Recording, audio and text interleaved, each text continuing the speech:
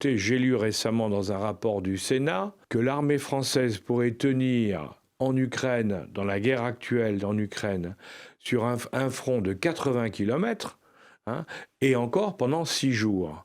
Alors, cette armée française, où on en est?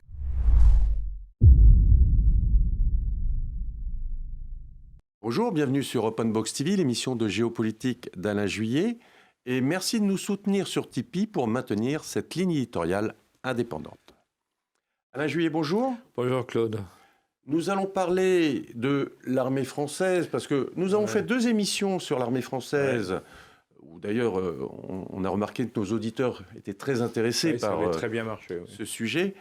Bien évidemment, parce que notre président, le chef des armées françaises, monte au premier plan, en tout cas pas en première ligne encore, mais au premier plan sur le rôle que pourrait avoir l'armée française en cas de conflit, voire une armée européenne. Alors pour y voir plus clair, vous avez invité un expert en la matière, et je vous laisse développer parce que qu'est-ce qui va se passer et quelles sont les capacités de l'armée française aujourd'hui par rapport à un conflit futur? Oui, tout à fait.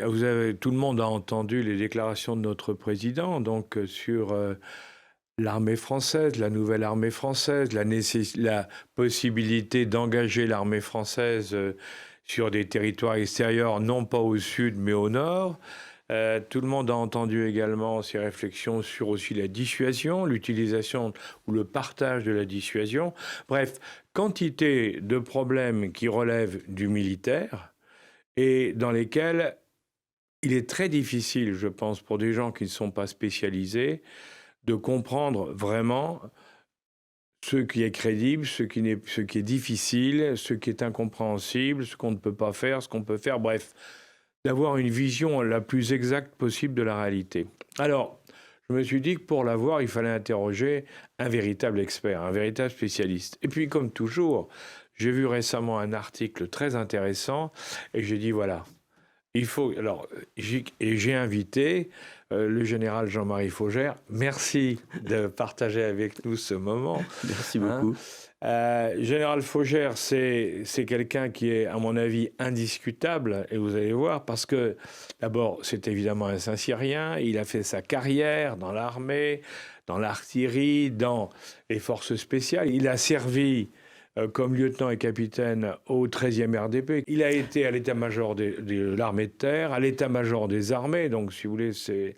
Et puis quand il a quitté l'armée, il a pris sa retraite, il est devenu le président d'un groupe de réflexion d'anciens généraux, qu'on appelle le G2S, et qui est je dirais, un think tank, comme on dit maintenant, un think tank militaire, entre professionnels, et qui dit des choses qui ne sont pas toujours agréables pour l'institution, mais qui a le mérite d'être fait par des gens qui savent de quoi ils parlent. Alors, l'armée française, aujourd'hui, qu'est-ce que c'est? Parce que, je prends une référence officielle. On me dit d'un côté, on nous dit l'armée française, vous allez voir ce que vous allez voir.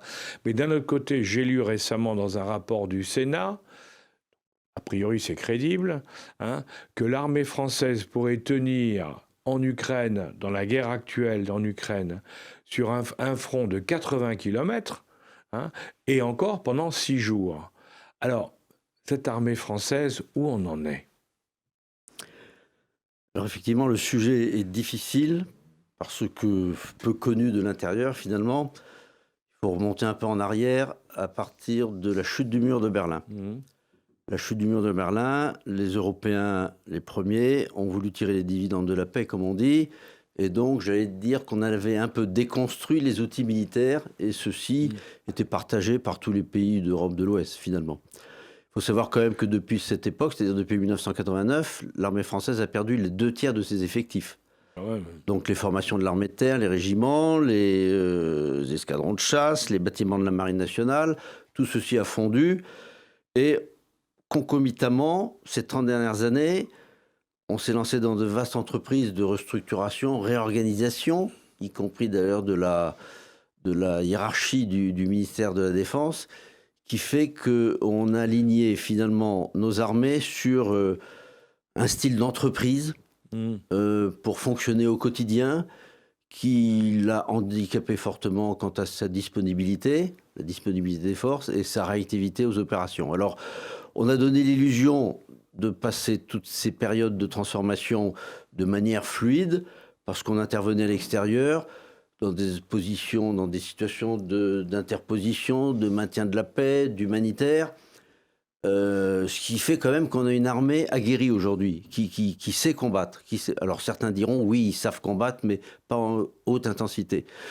Quand vous êtes au feu, la notion de haute intensité est assez subjective. Hein. Moi, je maintiens quand même que nous avons une excellente armée de ce côté-là. Maintenant, elle a des capacités effectivement forcément réduites, puisqu'en ayant diminué des 2/3, ses capacités d'intervention sont extrêmement limitées. Et dans le contexte du jour, où on parle de faire intervenir finalement à côté d'autres armées européennes, mais il faut savoir quand même qu'en Europe, nous sommes les mieux constitués militairement parlant. Voilà. Les Polonais vont bientôt nous passer devant parce qu'ils surinvestissent. C'est ça. Mais pour le moment, en dehors des Polonais, nous sommes, et encore, ils sont derrière pour le moment, mais nous, on est les seuls à avoir une armée digne de ce nom. Avant, on avait les Anglais, mais ils ne font plus partie de l'Europe. C'est ça. Donc, les Anglais ont quand même une vraie expérience au feu, comme vous disiez. Oui, voilà. Alors c'est vrai qu'on est un peu comparé aux Britanniques, quoique les Britanniques ont quand même du mal à se remettre de leur situation en Irak et en Afghanistan. Il ne faut pas l'oublier. Ensuite de ça, ils ont quelques problèmes de recrutement. Mais toutes les armées européennes sont confrontées à ce problème de recrutement. On pourra y revenir tout à l'heure peut-être. Oui. Dans l'état actuel, si vous voulez, nos capacités de projection à l'extérieur, pour un combat qu'on dit de haute intensité. Alors la haute intensité, qu'est-ce que ça veut dire ? Ça veut dire qu'on se reposait à une armée équipée au point de vue technologique de même nature que nous, avec des forces quand même assez importantes, ce qui n'est pas notre cas nous. Si on a la technologie, on n'a pas la masse combattante, tout le monde le sait, tout le monde le reconnaît. Et donc nos capacités d'intervention extérieure, en plus de ça, à plusieurs milliers de kilomètres, nous n'avons pas les moyens de projection. Les transporteurs stratégiques comme ont les Américains, les Ukrainiens d'ailleurs, les Biélorusses ou les Britanniques, on n'a pas d'avion de transport stratégique. Donc on aurait déjà un problème de soutien logistique d'une force projetée et surtout, quelle force projetée ? Alors j'ai entendu dire qu'on parlait de force terrestre, mais pas forcément. Ça pouvait être aussi des moyens aériens uniquement. Enfin, on est dans un flou un peu artistique sur la contribution que la France aurait dans cette hypothèse où il y aurait un cessez-le-feu ou un accord de paix, où il faudrait garantir à l'Ukraine, finalement, la bonne tenue de ces accords. Alors, ça, c'est une position très inconfortable, si vous voulez, parce que on a connu ça en Bosnie-Herzégovine, où on s'interposait avec la Fort-Pronu, qui est une situation totalement inconfortable, parce qu'on est coincé entre deux feux. On était entre les Serbes, les Croates et les Bosno-musulmans, donc tout le monde nous tombait dessus, finalement. Il y a eu l'hypothèse du pont de Verbania. Donc c'est une position très inconfortable et qui n'est pas admissible d'ailleurs pour un militaire d'être mis dans une telle situation. Là, il y a une réflexion politique à mener quand même quand on engage des militaires. C'est pour désigner un adversaire. Or, en Bosnie, on n'avait pas d'adversaire. On peut aussi faire allusion à la finule aujourd'hui au Liban, depuis 1978. On est censé s'interposer entre le Hezbollah et les Israéliens. Et on a vu déjà en 2006 et encore très récemment que finalement, on regardait les coups passés. On regarde les coups passés. Voilà, et on ne sert à rien finalement. Alors si c'est pour nous mettre dans une situation pareille, j'estime d'abord que sur un plan politique et stratégique, c'est totalement incongru. Mais surtout sur un plan de capacité physique, nous n'en avons pas les moyens. L'armée de terre aujourd'hui a une force opérationnelle terrestre de 77 000 hommes. Dans ces 77 000 hommes, la moitié, c'est du soutien, c'est du renseignement, c'est de l'appui solaire, c'est de la logistique surtout. Et donc, en termes de combattants avec un fusil, on a à peine la moitié de cet effectif, quoi. On a 30 000, 35 000 personnels, voilà. Et là, il faudrait tenir 1000 km de front. Alors, on ne serait pas les seuls. Mais quand vous voyez la situation des autres armées européennes, qui sont encore moins avantagées que nous, même les Allemands ont une force projetable qui est quasiment ridicule, quoi. C'est quelques dizaines de milliers d'hommes. Et quand vous regardez l'Espagne, l'Italie, c'est pareil, c'est 20 000 hommes possibles. Et encore, faudrait-il les entretenir dans la durée en plus. Oui, certainement. Voilà, alors j'ai vu que M. Macron parlait de 50 000 hommes. Ce chiffre, moi, me paraît totalement déraisonnable. D'abord parce que le chef d'état-major de l'armée de terre lui-même a dit que d'ici 2025, il donnait le contrat à sa force terrestre de pouvoir projeter une brigade. Une brigade, c'est 8 000 hommes. Et d'ici 2027 et un peu plus, on serait capable de projeter une division, c'est-à-dire 20 000 à 24 000 hommes. Vous voyez qu'on est encore loin des 50 000. 50 000, c'est les 2 tiers de la force opérationnelle terrestre. Donc, on ne saurait pas... Voilà. Et pour passer de l'un à l'autre, ça suppose des investissements extrêmement importants. Hein, tout à fait. Or, nous n'avons plus d'argent, c'est le moins qu'on puisse dire. C'est le moins qu'on puisse dire, oui. Hein, on n'a pas d'argent. Et il faut savoir aussi, mais ça vous le sous-entendiez tout à l'heure, que la France a réduit des 2 tiers, vous le disiez, hein, ses effectifs, ses moyens. Mais il faut savoir qu'aussi sur l'investissement, on nous parle aujourd'hui, président Trump demande 5% d'investissement militaire, ce que vont faire les Polonais. Nous, on dit on était à 3, c'est pas vrai, on est à 1,75 parce que ce qu'il faut voir, c'est que nous, on enlève du budget militaire toutes les dépenses que l'on peut faire sur des missions de projection et ainsi de suite, ce qui fait qu'ils ne sont pas prévus dans le budget. Donc, dans la loi, d'ailleurs. Dans la loi. Donc, en réalité, on a un petit investissement militaire, très petit. Donc, il faudrait faire un investissement considérable, avec de l'argent qu'on n'a pas.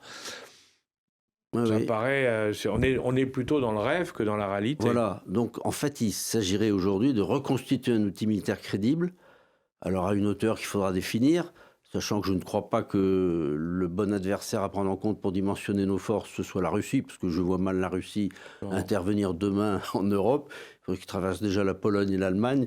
Enfin, ça me paraît complètement illusoire d'agiter cette menace. Il faut reconnaître quand même qu'avec M. Macron, depuis 2017, on a arrêté la décrue des budgets et il y a eu une remontée quand même des crédits de manière tout à fait notable. Puisque depuis 2017, on a augmenté de 56% les budgets des armées. Et on a eu 2 lois de programmation successives, 2019-2025, avec 42 milliards par an, ou 47 milliards par an en moyenne, et l'actuelle loi 2024-2030 est à 57 milliards d'euros par an. Donc c'est un effort substantiel, mais qui, à mon sens, d'ailleurs on ne parle pas de remontée en effectifs, les armées, qui, à mon sens, permet de combler les lacunes qu'on a engrangées depuis plus de 30 ans, c'est-à-dire depuis la chute du mur, où on a laissé tomber beaucoup d'investissements, parce que le budget des investissements, c'est-à-dire les programmes d'armement, a quasiment été divisé par 2 du jour au lendemain entre 91 et 93. Et donc, on a un retard considérable de nouveaux matériels que ces actuelles lois de programmation essayent de combler, mais n'y arrivent pas forcément. D'autant plus que la loi 2019-2025 n'a pas été totalement et rigoureusement exécutée. Parce que vous savez qu'il y a des artifices budgétaires tous les ans. Les lois de programmation sont en général de 6-7 ans, mais après tous les ans, on la remet un peu en cause avec la loi de finances initiale. Et Bercy est à la manœuvre. On réduit à chaque fois. Alors en général, on vote des crédits à hauteur de l'annuité de la loi concernée, mais après en exécution, que personne ne va regarder par ailleurs, on perd quand même de l'argent. Et j'avais une information très crédible actuellement, c'est qu'en 2024 déjà, le report de charges des armées se montait à presque 7 milliards d'euros. C'est une hauteur de report de charges qu'on n'avait jamais connue jusqu'à présent. Moi, quand j'étais aux affaires sur les finances, on était à 3 milliards, 4 milliards maximum. Là, on a pas loin de doubler ce report de charges, si vous voulez. Je crois que Bercy a pris l'habitude de lisser les projets sur 2 mandatures, on va dire, où là, effectivement, finalement, c'est pas... l'enveloppe n'est pas crédible. Il y a tout un tas de mesures, de mise en réserve de crédit, de gel de crédit, d'annulation de crédit, d'autorisation d'engagement et ainsi de suite, qui font effectivement qu'on ne passe pas des commandes ou les reports sur l'année d'après. Donc on pousse une bosse en plus de report de charges au fil des ans, qui évidemment perturbe la logique des programmes d'armement. Parce que l'industriel, lui, il veut des commandes fermes. Et donc, si on les repousse... Et c'est ce qui justifie que pour un budget censé être de 3%, on se retrouve pratiquement à presque à la moitié moins à la fin de l'histoire. Parce qu'il y a toutes les manœuvres dans tous les sens. Alors justement, avec les conséquences. Ce prélèvement sur la richesse nationale en termes de points de PIB est objet de grandes discussions. Aujourd'hui, rigoureusement, on est à 1,6 quelque chose. C'est ça. Parce qu'il ne faut pas compter les retraite dedans. En plus, parce que quand on compte les retraites, c'est 9 milliards et demi les retraites. Les pensions civiles et militaires d'ailleurs. Donc c'est pas un effort de défense, ça c'est une dette vis-à-vis des serviteurs, mais c'est pas un effort de défense. Donc on revient à la mission défense en termes budgétaires, on est à 1,6, sachant qu'à la chute du mur, on était à un peu plus de 3%. Et lorsque le général de Gaulle a lancé les crédits de dissuasion, on était à plus de 6% du... Donc on a chuté de manière inconsidérée, tout en reconnaissant qu'on fait quand même un effort important par rapport à la décrue qu'on a connue sous les présidents Hollande, Sarkozy et même Chirac d'ailleurs. Donc il y a un effort considérable à faire qui, dans le contexte financier effectivement de la France aujourd'hui, pose quand même un réel problème. On ne peut pas le cacher. On ne peut pas le cacher. Mais si on veut remonter en puissance nos forces, il faudrait monter à 3,5, 4%, voire 5% du produit intérieur brut, quoi. Sinon, on ne reconstitue pas de force. Et surtout quand on sait qu'on a les Polonais qui, eux, investissent réellement 5%, ils l'ont confirmé encore cette année, qu'on voit les Turcs qui vont de bon cœur à côté aussi, et que nous, on est complètement à côté de la plaque. Il faut dire la vérité. Alors, sachant que nous avons une spécificité, nous, en plus, c'est que nous avons une dissuasion. 2 composantes d'une dissuasion qui coûtent quand même cher, et qui rentrent quand même dans nos dépenses, effectivement. Donc on dit qu'on a 1,6% par rapport aux autres armées européennes. On a déjà le trou, si je puis dire, creusé par la dissuasion que n'ont pas nos partenaires européens. En quoi ça coûte cher la dissuasion ? Là, dans l'actuelle loi de programmation, on lance le renouvellement de toutes les composantes de dissuasion. C'est-à-dire les sous-marins, lanceurs d'engins, les missiles portés par le Rafale, les outils de transmission, de simulation, et y compris les têtes nucléaires d'ailleurs qu'on renouvelle. Donc c'est un renouvellement quasiment complet que moi je n'avais pas connu au cours des périodes précédentes et qui va forcément coûter de l'argent, d'autant plus que il faut reconnaître que l'entretien des compétences dans ce domaine-là est assez difficile. Parce que quand vous refaites des têtes tous les 20-30 ans, vous avez tout un corps d'ingénieurs, d'ouvriers qualifiés, de maîtrise qui a disparu, et donc la compétence s'étiole au fil des ans s'il n'y a pas des commandes régulières. C'est pareil pour le sous-marin nucléaire lanceur d'engins, c'est pareil pour le porte-avions, si vous voulez.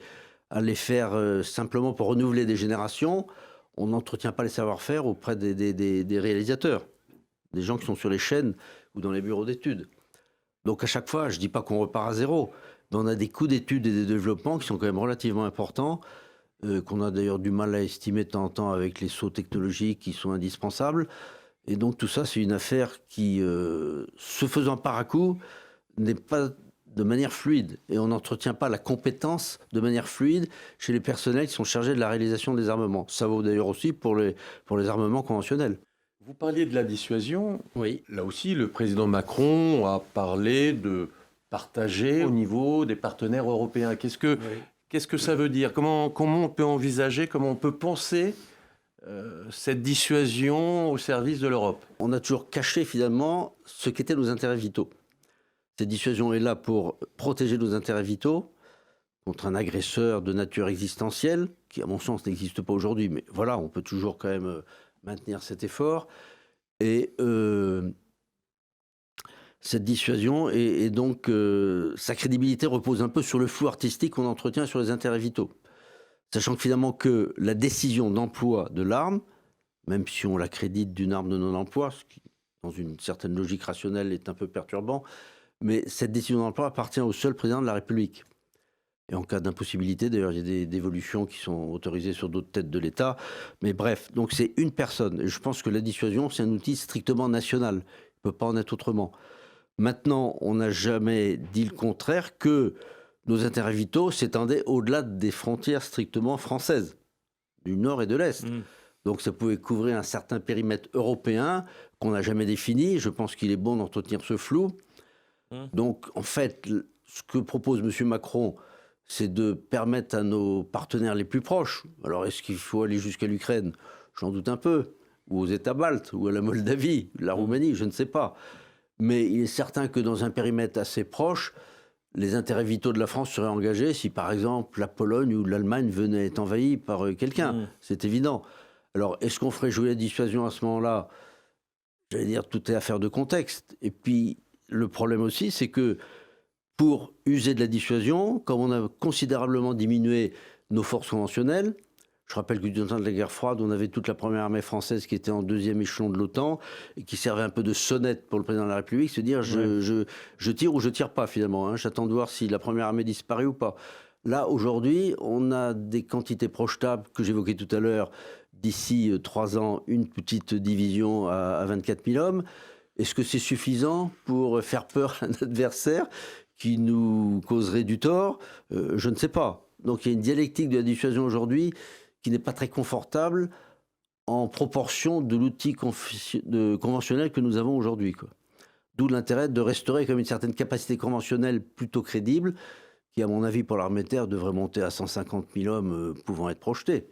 si on veut vraiment parler à la face du monde, on ne peut pas descendre, à mon avis, en dessous d'un tel niveau, avec l'équivalent pour la marine et pour l'armée de l'air. Je rappelle que la France a la 2e zone économique exclusive du monde, et on a aujourd'hui à peine marine, 15 frégates dites de premier rang, et encore en tordant le cou à certains types de frégates. On a évoqué ça, nous, sur des émissions sur le Pacifique. Oui. On disait que nous avons la plus grande zone maritime dans tout le Pacifique, et de loin. Tout à fait. Et on a 2 patrouilleurs. Voilà. Oui, tout à fait. Et s'il y a un sous-marin d'attaque qui vient une fois par an faire une oui, alors, il y a le porte-avions en ce moment dans le Pacifique. Oui, exactement. Mais le porte-avions, c'est pareil, il en faudrait 2, très sincèrement. Donc, à partir du moment il en faudrait un au moins là-bas, voilà. En permanence. Voilà. Ouais. Donc voilà un peu le biais de cette dissuasion, mais qui est quand même crédible, parce que, alors après, on peut arguer sur le nombre de têtes. On aurait 290 têtes, d'après M. Hollande, d'ailleurs, qui a lâché un jour ce chiffre. On n'est pas obligé de monter à 5000 têtes comme les Russes ou les Américains. Voilà, ça ne sert à rien. J'allais dire, on en aurait 10, ça serait suffisant. Ouais, sachant que l'enjeu que représente la France aujourd'hui vaut-elle le coup qu'un adversaire s'expose à une frappe nucléaire de notre part? Parce que finalement, sur la face du monde, on pèse quand même plus grand-chose, quoi. Donc c'est différent de la période de la guerre froide. Si je peux me permettre, j'ajouterais que c'est quand même... ça pose, je pense que ça pose aussi un autre problème, c'est que vous le disiez tout à l'heure, les pays baltes sont envahis. Nous considérons, à leur intérêts vitaux, ou décision du président de la République, on dit « Ah non, mais on fait cause commune, donc on envoie une bombe nucléaire pour défendre... on en fait une frappe nucléaire pour défendre le pays balte. » La réponse, elle viendra où? Elle viendra chez nous, pas sur les pays baltes. Oui, c'est sûr. Donc il faut peut-être y réfléchir aussi, quand même. Oui, voilà. Oui, je pense que cette dissuasion, c'est un outil qu'il faut manier avec précaution. Il faut manier avec précaution, il ne faut pas faire n'importe quoi avec la dissuasion. Voilà. Et pas dans des déclarations comme ça qui viennent on ne sait où. Je trouve ça assez inconséquent.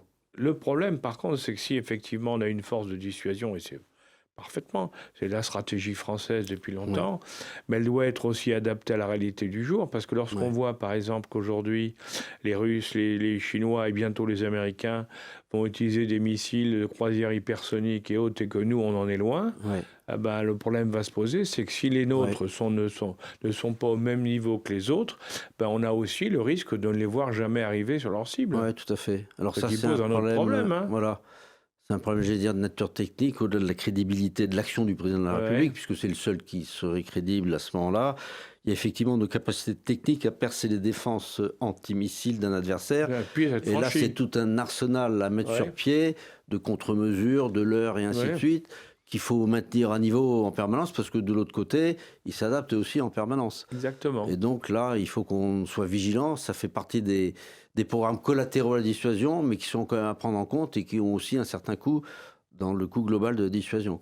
Et on revient toujours à ces fameux investissements nécessaires. Voilà, tout à fait. Ce qui fait que c'est pas simple. Voilà. Pas simple. Oui. Alors, justement, je voulais, pour continuer dans notre balayage un peu, on vient de parler de l'armée française, on a parlé de la force de dissuasion, on nous parle d'armée européenne, ça a été toujours une grande idée. Et aujourd'hui, alors on en parle plus que jamais, en disant, puisque les Américains nous lâchent, il faut qu'on ait une armée européenne. Qu'est-ce qu'il faut en penser? Alors, cette Europe de défense, sincèrement, elle n'existe pas. Elle n'a jamais existé. Oui. Voilà. Elle n'a jamais existé. Alors, on n'a jamais réussi. Voilà. Et pourquoi aujourd'hui on pourrait le faire? On a nourri l'illusion au sein de l'OTAN d'un pilier européen de défense, mais qui en fait était en proportion de ce que les armées européennes mettaient sur le tapis, c'est-à-dire plus grand-chose depuis la chute du mur. Donc cette défense européenne, elle n'existe pas. Et comment la construire? Alors il y a 2 thèses qui s'opposent. Il y a la thèse des fédéralistes, effectivement, avec une armée européenne, un état-major commun, des troupes communes et ainsi de suite.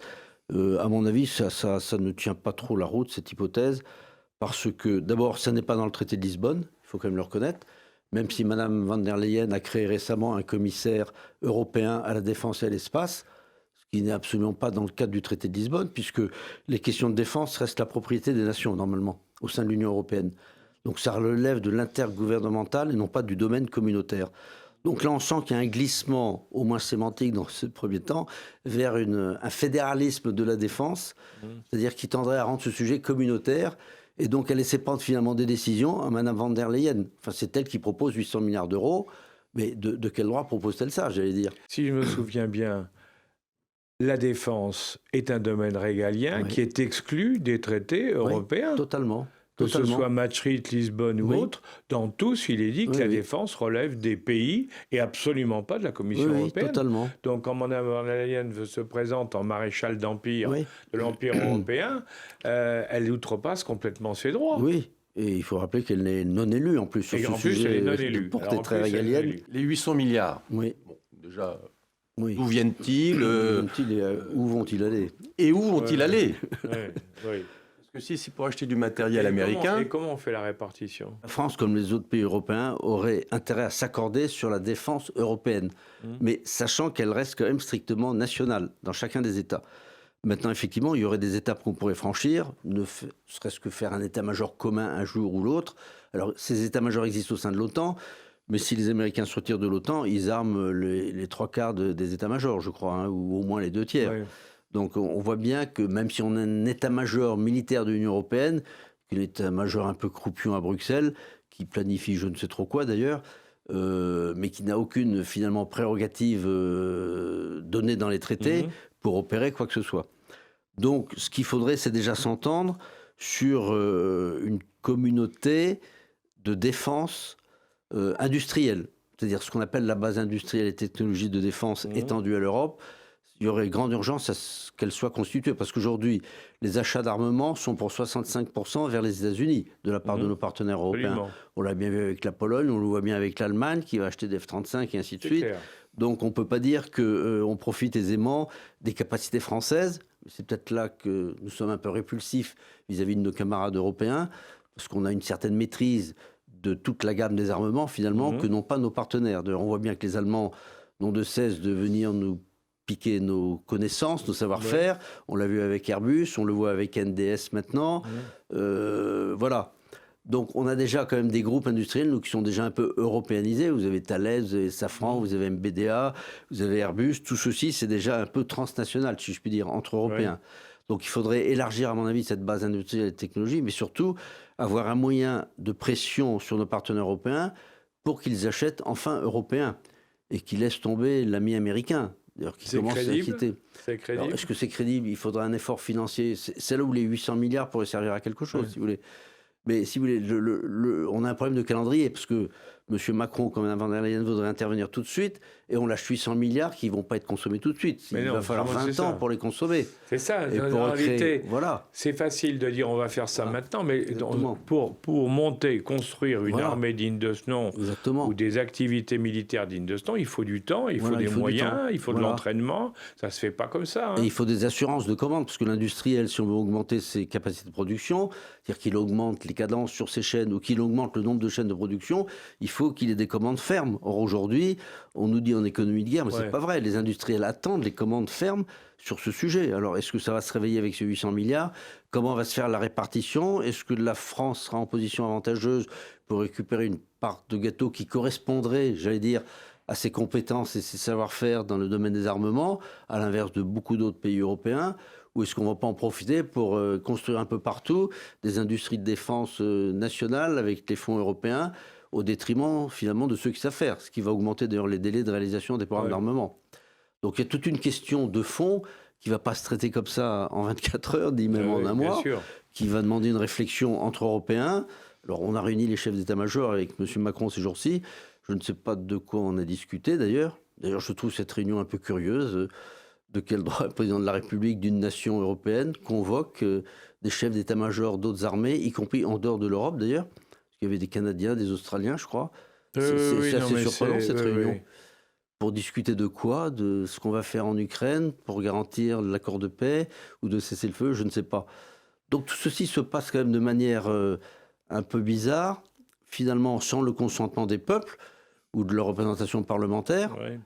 Et donc ça peut déjà heurter un certain nombre de nos concitoyens, si je puis dire, si on met le doigt dans un engrenage que peut-être un jour on ne maîtrisera plus, je ne sais pas. Avant la guerre en Ukraine, l'OTAN, le président de la République avait dit que l'OTAN était morte. Hein, et c'est vrai que l'OTAN n'allait pas bien. Pourquoi? Parce que les Américains étaient obligés de tout payer la défense, de financer la défense, l'effort de défense, puisque les Européens ne voulaient rien faire. D'où les réactions du président Trump.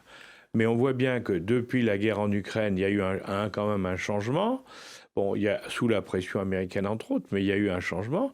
Le problème, c'est que les 95% des pays européens, pratiquement tous à part d'eux, ont acheté du matériel américain. Ouais. Donc on a peut-être, par exemple, le Rafale est un avion dont tout le monde s'accorde à dire qu'il est très performant, hein, mais en Europe, on a acheté le F-35. Or, le F-35 ne peut pas marcher si, toutes les semaines, un Américain ne vient pas mettre les codes dans l'engin. Parce qu'il ne peut pas voler, et si on ne renouvelle pas les codes, hein, ils ne marchent pas. Donc ça veut dire qu'on a acheté un engin qu'ils peuvent arrêter, qui est aux ordres des Américains. Puisque... Une tutelle d'emploi, c'est lourd sur comment peut-on parler d'armée ou de défense européenne si on utilise du matériel qui ne peut pas être utilisé sans l'accord permanent des Américains? Il y a quand même un petit problème, non? Alors il faut reconnaître que ce sursaut européen est salutaire. C'est une prise de conscience tardive, parce que finalement... On avait senti l'événement quand même depuis de longues années, hein, déjà depuis la première présidence de M. Trump. Et en plus de ça, M. Trump, il a l'avantage de faire ce qu'il dit, à l'inverse de beaucoup d'autres. Donc on aurait pu au moins l'écouter avant qu'il ne prenne son nouveau mandat. Même depuis le président Obama, où déjà on sentait que les États-Unis voulaient délaisser l'Europe au profit du Pacifique. Alors, il y a un livre très éclairant qui est de Zbigniew Brzezinski, Le Grand Échiquier, qui explique toute la vision américaine depuis la chute du mur. Et si nos dirigeants l'avaient digéré, ce document, tout est écrit. Tout est dit dedans. Également le rôle de l'Ukraine comme pivot stratégique entre la Russie et l'Europe de l'Ouest. Donc il suffisait de lire. C'est pas une découverte. Non, c'est pas une découverte. C'est ça qui est terrible. Ça fait 30 ans, parce que son livre, il date de 97. Et maintenant, on découvre ça avec surprise. Mais si vous voulez, on a des dirigeants qui ne s'intéressaient pas aux questions de défense, d'ailleurs, à cause du dividende de la paix, sans doute, puis par des intérêts personnels, et surtout qui n'ont aucune culture stratégique. C'est ça qui est un peu désolant. Alors on voit arriver des jeunes générations de dirigeants, mais qui ne connaissent rien à ces sujets-là. Puis évidemment, qui n'ont pas d'appétence pour eux. Alors, est-ce que maintenant ce sursaut va provoquer effectivement un regain d'intérêt de leur part? Ça serait effectivement aussi salutaire et urgent. Mais voilà, avant que l'Europe, sur le plan militaire, constitue une force crédible, il va se passer, à mon avis, 20 ans, toutes choses égales par ailleurs. Hein. Sauf s'il y a une volonté politique très ferme de tous les États européens pour, effectivement, pousser les feux sur cette question-là. Mais ça risque d'être long, quoi. Oui, d'autant plus que, il faut être réaliste. Aujourd'hui, tout le monde est sensibilisé avec le problème de l'Ukraine, mais le problème de l'Ukraine va se régler, est en train de se régler. Et qu'une fois qu'il n'y aura plus la guerre en Ukraine, tout le monde sait bien que 2 ou 3 ans après, la pression retombera et que le pacifisme ambiant fera qu'on n'investira plus. Donc. Ce que vous dites, c'est assez paradoxal, c'est que l'Union européenne veut mettre 800 milliards. Mais l'Union européenne n'est pas à la table de négociation pour la paix. Parce qu'elle n'existe pas, on n'existe pas. Donc pourquoi investir alors qu'on n'a pas de carte en main pour savoir le futur de la paix en Europe? Donc c'est un peu compliqué. Oui, puis on voit mal la coordination qui se passe aujourd'hui, sous la tutelle de qui d'ailleurs, parce qu'on peut estimer que Mme von der Leyen n'est pas légitime sur ces questions-là, d'après les traités européens. Voilà. Donc qui peut mener la danse? M. Macron en exprime le désir, le souhait et la volonté, mais est-ce que c'est suffisant pour allier tous les chefs d'État et de gouvernement européens? Je ne sais pas. Il ne faut jamais oublier quand même, si on se place du point de vue des Russes, n'oubliez quand même pas que l'accord de Minsk I et l'accord de Minsk II est un accord entre les Français, les Allemands, les Russes et les Ukrainiens. Or, ces 2 accords, nous avons été incapables de les faire respecter, les Français et les Allemands. Donc pourquoi voulez-vous que les Russes acceptent que les 2 partenaires avec qui ils avaient signé des accords qui n'ont pas été respectés, ils l'avaient signé pour gagner du temps pour faire la guerre. Tout à fait. Donc comment peut-on imaginer que les Russes vont accepter que des gens qui ont signé le dernier accord en disant c'était pour faire la guerre plus tard, se viendraient pour assurer la mission de la paix? Enfin, il faut être sérieux. Je comprendrais que les Polonais, à la rigueur, ou les Hongrois y aillent, mais pas ou les Italiens, mais pas les Français. Enfin, je crois, il me semble, sur le plan du raisonnement. Tout à fait. Une armée européenne, armée des nations, ou armée fédérale, est-ce que c'est vraiment concevable de pouvoir faire une armée fédérale quand on voit les différences de statut et les différences de politique et les différences d'opinion des différents pays sur le plan militaire? entre les Hongrois, les Italiens. Madame Mélanie a une politique bien précise. Les Français ou les Allemands. Il y a des différences fondamentales quand même. Puis sur les questions de fond, finalement, collectivement, on est assez peu d'accord. D'autant plus qu'une armée fédérale veut dire qu'il y a quand même un gouvernement fédéral ou une autorité fédérale capable d'en user. Or, elle n'existe pas aujourd'hui. Elle n'existe pas. Je ne pense pas qu'elle soit souhaitable d'ailleurs. Parce que quand on voit les désaccords entre les Allemands, les Français, les Polonais, nous, on regarde aussi vers le sud, les autres regardent exclusivement vers l'est, le nord se désintéresse un peu des deux de temps en temps. Donc on voit bien qu'il n'y a pas de convergence d'intérêts stratégiques finalement entre tous les États européens. Et comme on ne parle plus de défendre une civilisation en plus européenne, je vais dire, on n'a plus beaucoup de liens entre les nations européennes pour manifester un effort commun sur un tel sujet, quoi. Oui. Puis surtout, face à quelle menace? J'en reviens quand même à la menace. Est-ce qu'il y a vraiment une menace existentielle qui pèse aujourd'hui sur l'Europe? Ça reste quand même à démontrer. Ça reste à démontrer, on le voit bien. D'ailleurs, les Européens entre eux ne sont pas d'accord. Oui, en plus. On a vu les réunions faites à Bruxelles ou à Paris d'ailleurs.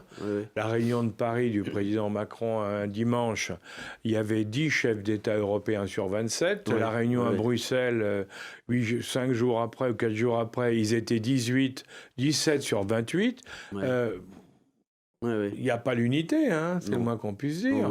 Tout ça paraît bien loin de la réalité. Est-ce que on a vraiment l'impression que on est dans un espèce des vœux pieux, on veut faire des choses. Il y a un volontarisme de façade, mais qui s'appuie difficilement sur, on le voit bien, sur un fond sérieux. Sachant qu'en France, on ne peut pas nier non plus la situation intérieure du pays quand même.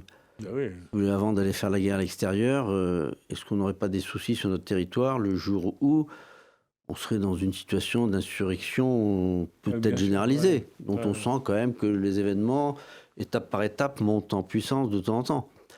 Donc les armées ont un souci sur cette question-là. C'est un sujet que les politiques ne veulent pas aborder, évidemment, et encore moins donc les chefs d'état-major, qui se font taper sur les doigts quand ils évoquent un tel sujet. Mais ça pourrait être un souci plus prégnant que la Russie. Mais ce qu'on oublie de dire, c'est qu'il faut aussi regarder l'ensemble de l'Europe par rapport à la Russie. Parce que, en gros, c'est dans tous les domaines, que ce soit les avions, les bombes, les chars, tout ce qu'on voudra, les sous-marins, partout, les Européens sont beaucoup plus gros que ne sont les Russes. Donc, il faut être sérieux. Il y a un question de rapport de force. Quand vous représentez le tiers ou le quart de la... difficile d'attaquer. Rien que sur le plan démographique. C'est vrai que les 27 pays de l'Union, c'est quand même plus que ce que représente la Russie. Qui a déjà des problèmes. Qui connaît un déclin certain. Quand on voit ce qui se passe en Ukraine, elle a des problèmes d'effectifs, c'est évident, l'armée russe. Donc ils sont en limite. Les Ukrainiens aussi, les malheureux. L'Ukraine, on sait maintenant que quand la guerre s'est déclarée, d'abord, ils ont mobilisé les hommes de 25 ans à 45 ans, dans un premier temps. Après, ils sont montés à 55 ans, mais ils ne sont pas encore descendus à 20 ans ou 22 ans, et parce qu'ils voulaient préserver leur jeunesse, d'un côté, mais d'un autre côté, cette jeunesse, elle est partie à l'étranger. On dit qu'il y a entre 800 000, on parle de 800 000 jeunes qui ont émigré en Europe. L'Ukraine a eu donc d'énormes problèmes de conscription pour leurs jeunes, pour aller faire la guerre. Du côté des Russes, ils ont avoué aussi qu'ils ont quand même des difficultés. Or, c'est un système quand même qui est plus verrouillé. Est-ce que nous, sérieusement, on pense que notre jeunesse serait capable d'être mobilisable facilement pour aller faire la guerre ailleurs? Alors, on a suspendu la conscription. Oui. Donc, ce qui s'expliquait dans le contexte de la chute du mur, on peut le comprendre. Maintenant, si on veut remonter en effectif, je pense qu'on ne pourra pas faire l'économie de reprendre au moins pour une part la conscription. Exactement. Sinon, on n'y arrivera pas. On n'y arrivera pas. Parce qu'on a déjà quand même quelques difficultés à recruter, il faut le reconnaître. Donc on a un problème effectivement de reconstitution des effectifs, toutes armées confondues d'ailleurs, si on fait plus de bâtiments, plus d'escadres de chasse, plus de régiments. C'est une vraie question. Puis là aussi, avant de reconstituer une force, si vous voulez, comme je l'ai expliqué, pour faire un colonel qui commande un régiment, par exemple, ou capitaine de vaisseau qui commande un bâtiment de la marine ou un colonel de l'armée de l'air qui commande un escadron de chasse. Il faut 20 ans finalement pour faire un colonel. Métier, ouais. Donc on ne reconstitue pas des forces comme ça, même en rouvrant le robinet de la conscription. Alors la réserve, elle est quasiment nulle aujourd'hui. Ouais, Alors il y a une réserve de 2 niveaux.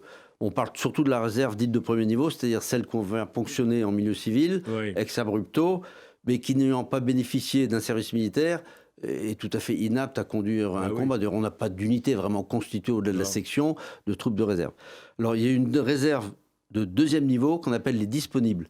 C'est-à-dire tous les personnels qui ont passé un certain nombre d'années sous contrat, 3 ans, 5 ans, 10 ans, et qui doivent être versés dans une disponibilité durant 5 ans après leur départ de l'armée. Alors là, comme on recrute, pour l'armée de terre, je parle là, 15 000 personnes par an, ça vous fait, si vous voulez, 5 fois 15 000 récupérables de personnel formé. Mais enfin, j'allais dire, les structures n'existent pas pour les recevoir, les systèmes d'armes n'existent pas aujourd'hui pour les équiper.